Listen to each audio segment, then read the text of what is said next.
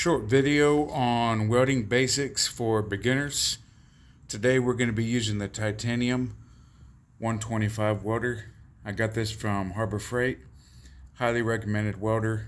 If you want to buy one on Amazon, I will put a link in the description box below. And we just got a piece of square tubing here, tacked on some angle. And today's video, basically, I'm going to be going over the easy ways of welding.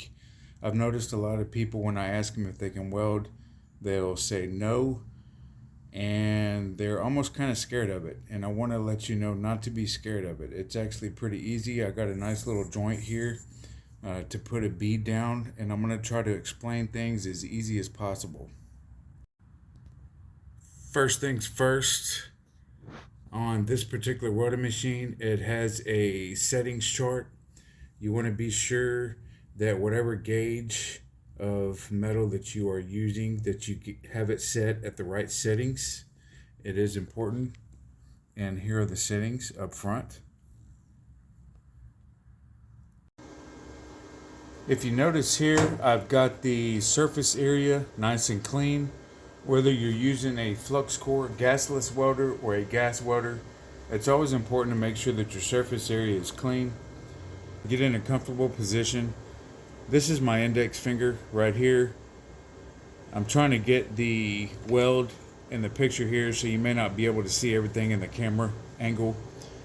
But anything that you can use as a resting place to hold the tip here as a guide. It's very important. If you ask any welder about welding, about getting comfortable, if you ever notice before they lay down a bead or anything, they're always trying to get comfortable so that they can get in a position to put the best bead as possible.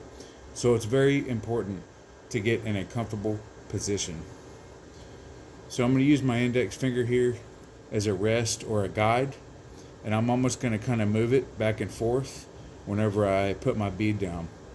Now some people, they feel more comfortable doing circles like so, and some people, they like the horseshoe method. I prefer the horseshoe method.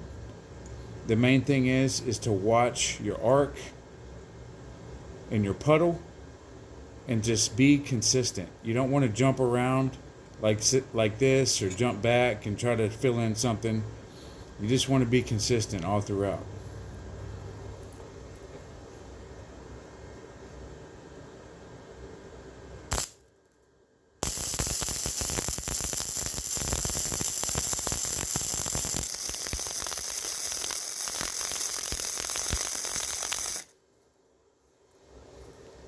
Now that's a little small bead that I put down. I didn't want to go across the whole thing. I just wanted to do a little small bead right there, just so you can see